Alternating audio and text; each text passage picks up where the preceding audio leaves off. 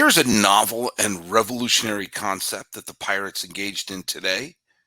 They had one of their best players and they kept him.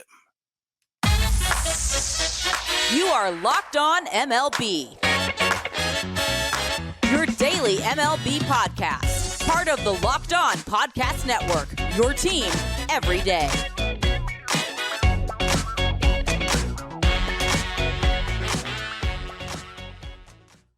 Hello, baseball fans, and welcome to Locked On MLB, part of the Locked On Podcast Network, where it's your team every day.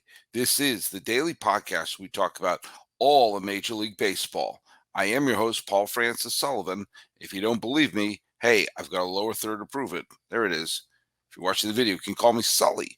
I'm an Emmy-nominated television producer who has been a baseball podcaster for well over a decade now, and I am now in my fifth full season here as a member of the Locked On Podcast Network. You can follow us at Locked On MLB Pods on Twitter or on Instagram. I am your pal Sully. I'm at Sully Baseball on Twitter, Sully Baseball Podcast on Instagram. So a big drama that was happening throughout a lot of the offseason was the fate of the Pirates outfielder who was basically just assumed that he was going to be packed off, and that was Bryan Reynolds. Now, the Pirates were bad last year. They were real bad last year. And Bryan Reynolds, who was hoping to be, the team was hoping he could be part of a rebuild on this squad with Cruz and Hayes and some of the other players who are coming up. But he's had he had a fine season last year, led the league in triples in 2021, has been an all-star. He's still in his 20s, and he took a look around and said, no, I want out. He didn't see the Pirates as being a good team, and the Pirates, who have been notoriously cheap for generations, just imagine if they ponied up a little bit of money in the early 1990s. Barry Bonds would have been a Pirate for life. I digress. And this is also a team that since 1992 has had 3 trips to the postseason and barely any winning seasons.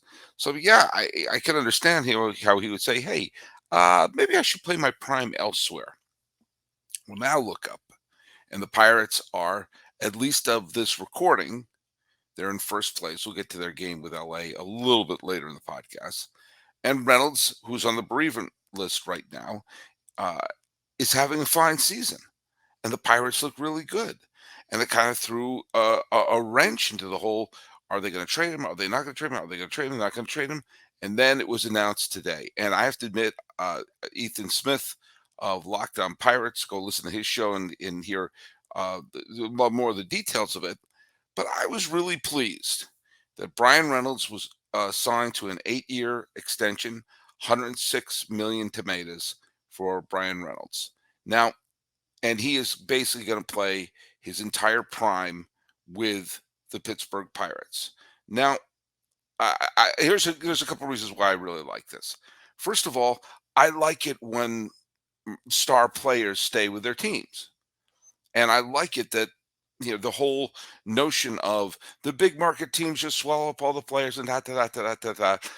I like that that's not happening right now in Pittsburgh, that they're trying to lock up some of their players. They're trying to take a look around and say, like, hey, we're trying to keep, O'Neal Cruz, we're trying to keep Brian Hayes, we're trying to put together this team that right now has shot out of the gate.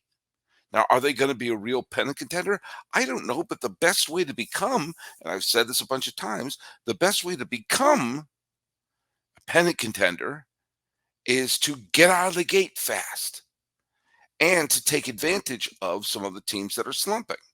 Now, as of this recording, I'm recording this on the night of the 25th of April 2023. It's probably going to drop on the morning of the 26th.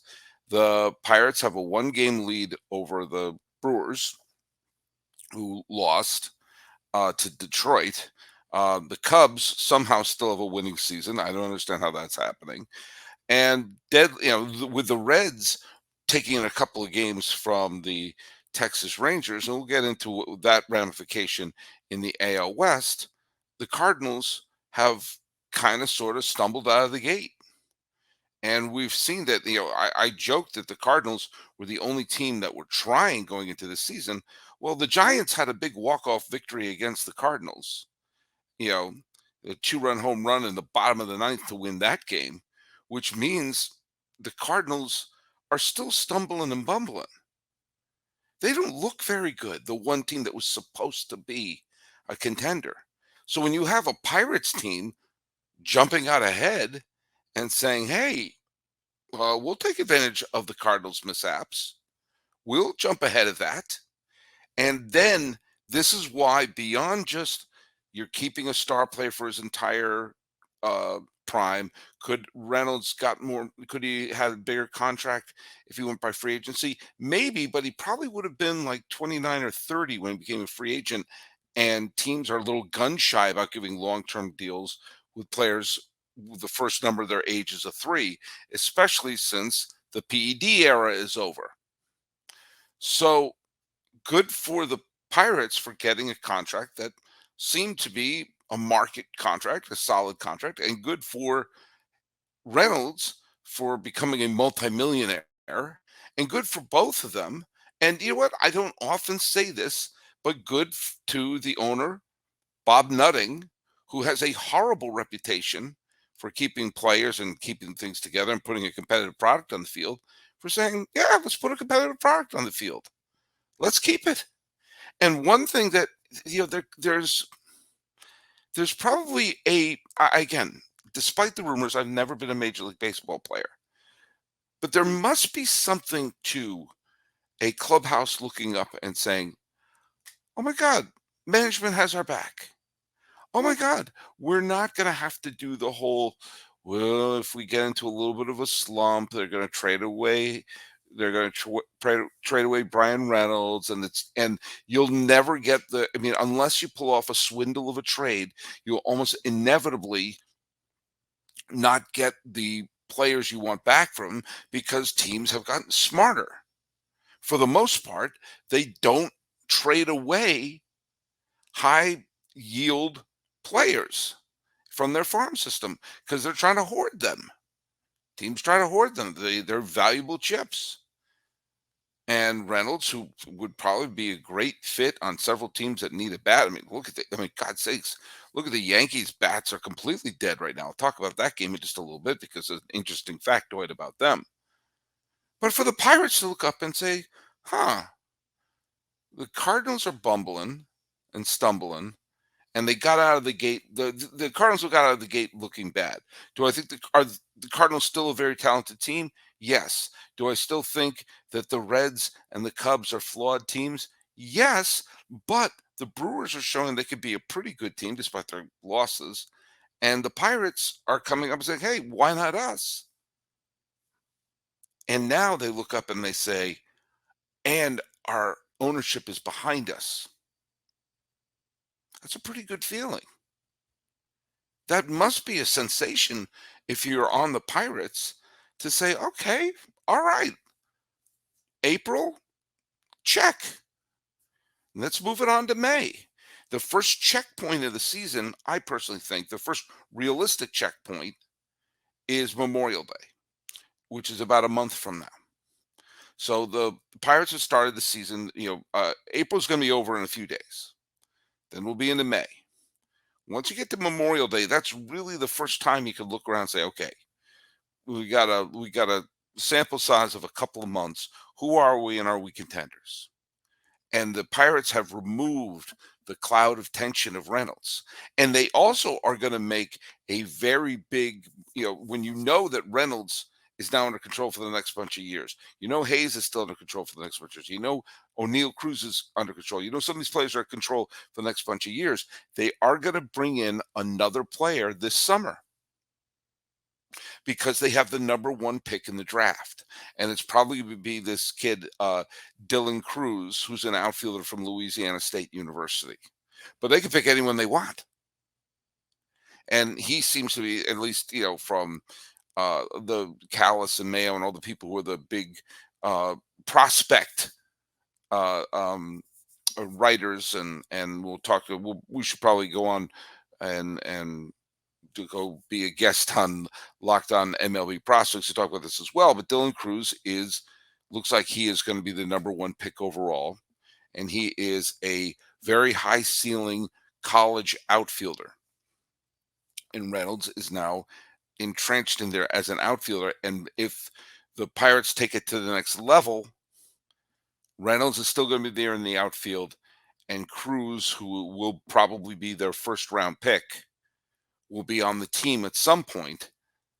And it's just sort of you get a chance if you have that number one pick overall, and you're going to put him into a team that seems to be on the right side of potential contention. It's exciting time to be a Pittsburgh Pirate fan. Now, they wet the bed today. They did indeed wet the bed because they had a big lead against Los Angeles, and Taylor and company got a big home run, and the Dodgers wound up winning the game. So that was a bit of a kick in the clackers at that point. But the fact of the matter is, you've removed the stigma of, oh God, another star is going to be traded. And here we are. So good for the Pirates, good for Nutting, good for Reynolds, good for everyone involved is a winner on that, especially Pirate fans. You can invest your time and emotion in Reynolds, and it's a good risk even if he doesn't pan out, because maybe just psychologically, it's the sort of thing that will help the Pirates turn things around. Now, let me tell you something. I'm going to talk a little bit about our new sponsor that we have right here. I'm very excited to talk about So Rare. It's a revolutionary fantasy baseball game and marketplace transforming fans into owners with officially licensed digital cards featuring players from across all 30 teams.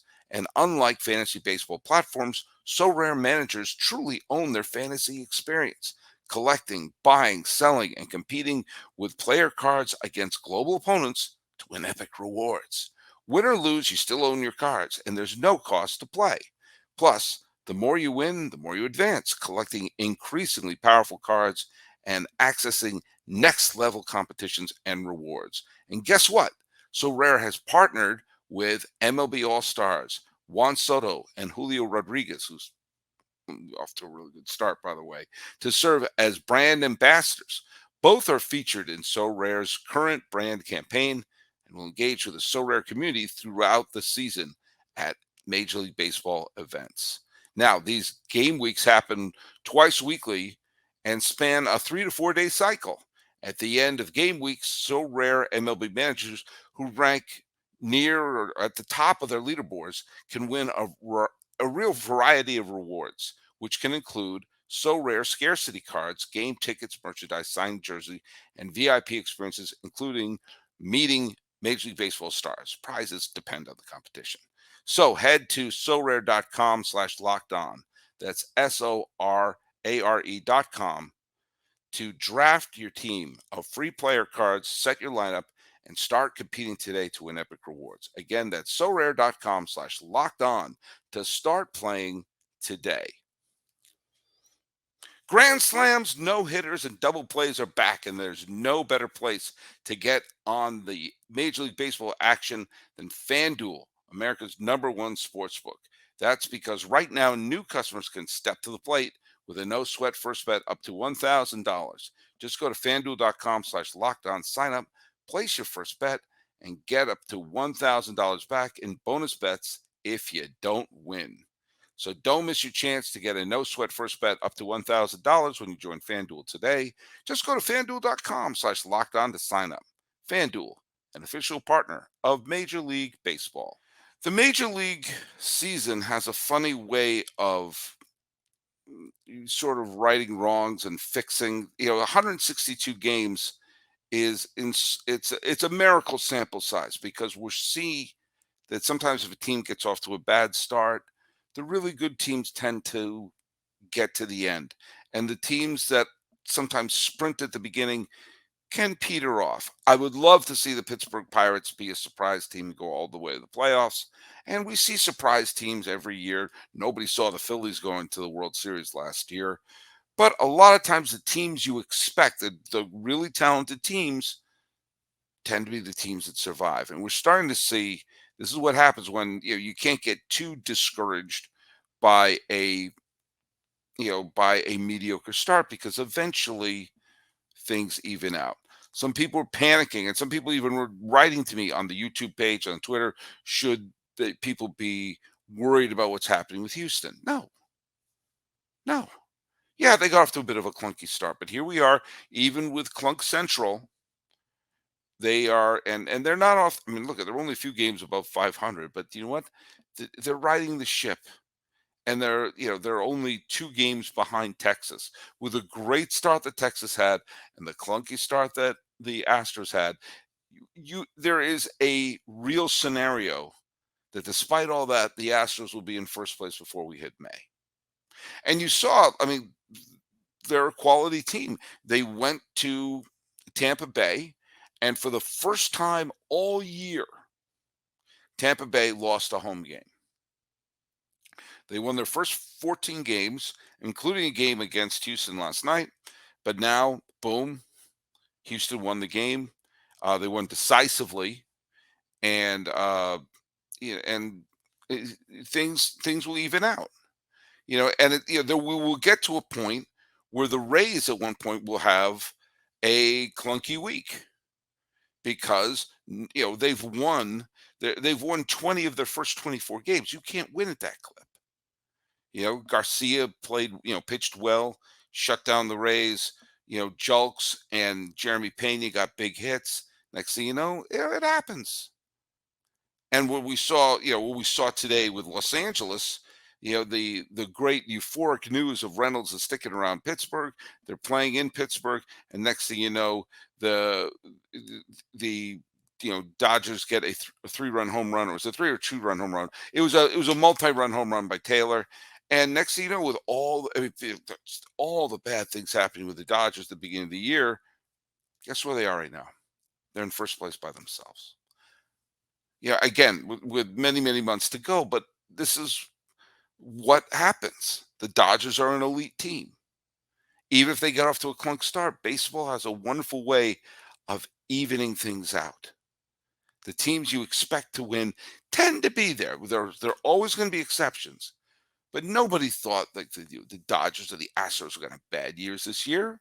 So they got off to a clunkerino out of the gate. Dodger fans can already start looking at their magic number at this point. And the Astros can have the Texas Rangers in their sights. And remember, I got all over the Angels, who, by the way, did win.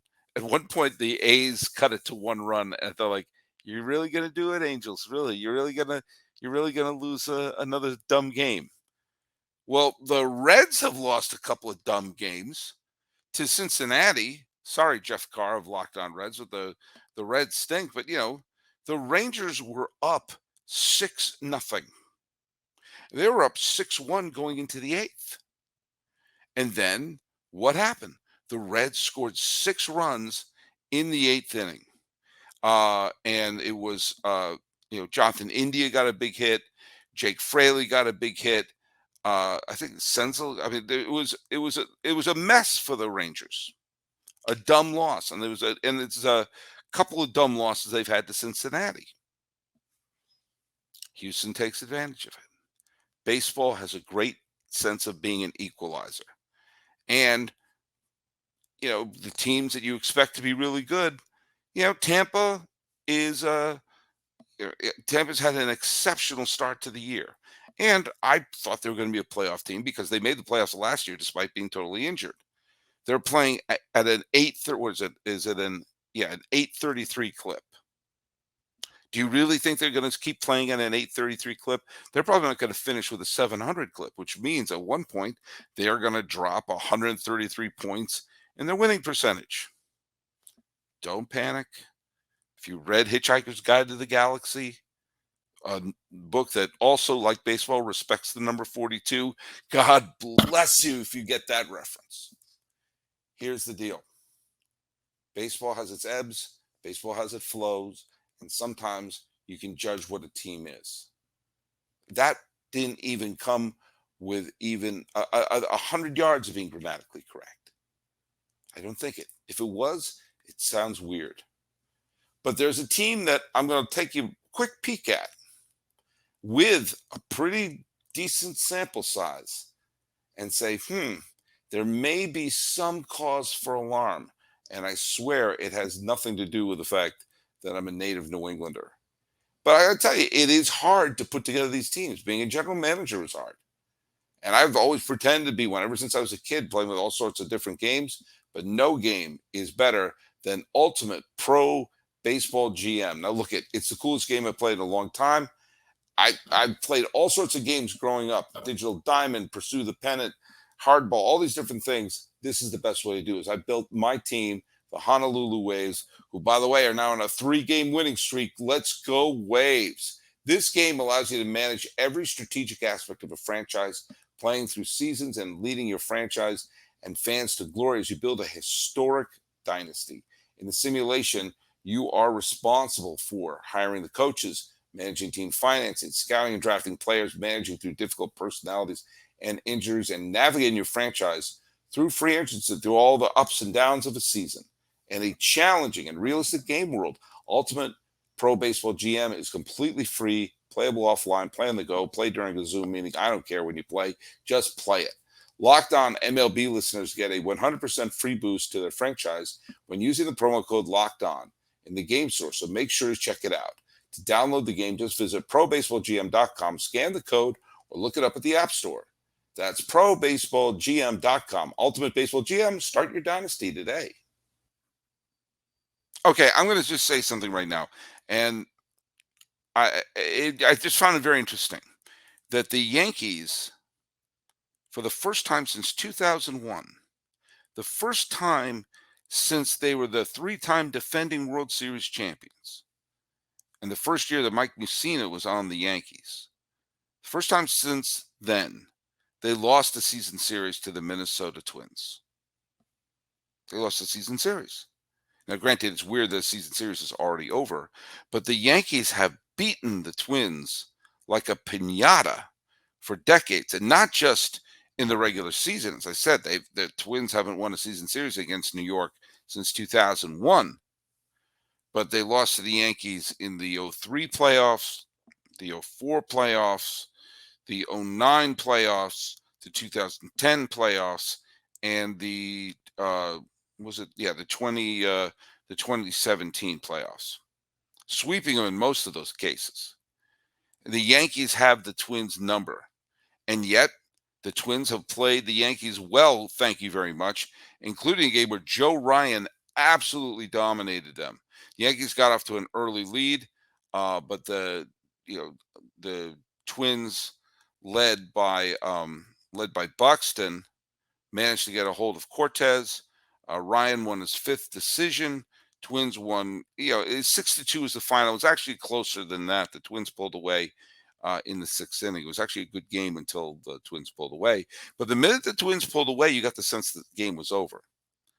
The Yankees' bats are dead. And if you listen to Stacey Gotsulias and Locked On Yankees, they would talk about the fact that they're just, the pitching actually hasn't been bad for the Yankees. The starting pitching hasn't been terrible, although they definitely need Carlos Rodon back.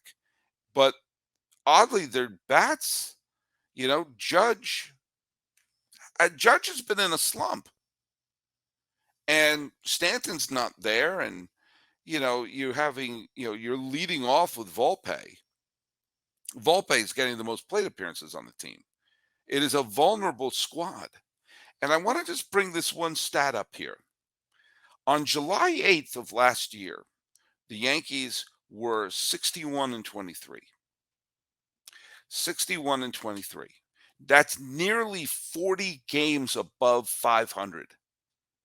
Now, and keep that in mind when we talk about the Rays, who are just putting up astronomical win totals right now. It's good to build up that reserve. The Yankees built up that reserve last year, and they are, they needed every bit of it, because July 8th, they're 61-23. Since then, not including the postseason, but I guess if you include, well, I'll do this in the regular season, through the end of 2022 and the first couple of dozen games of this year, the Yankees have played 102 games in the regular season, and they are exactly 51-51. That's a 102 game sample size. Now, if you add in the postseason, they played the first round against the Cleveland Indians. They won 3 games and they lost 2, so that's raising it to 54-52. But if you include the ALCS, they are 54-56. So if you include the postseason, since that day, they're 2 games under 500. And that is a 110 game sample size. That's not, just 1 month. That is a majority of a season that they've been the definition of mediocrity. Now, there was the illusion because they wound up winning 99 games because they got off that fantastic start. But you can look at this 110 game sample size and say, wait a minute, you take away that great start, they're mediocre and extremely vulnerable to a good team. They nearly lost in the division series.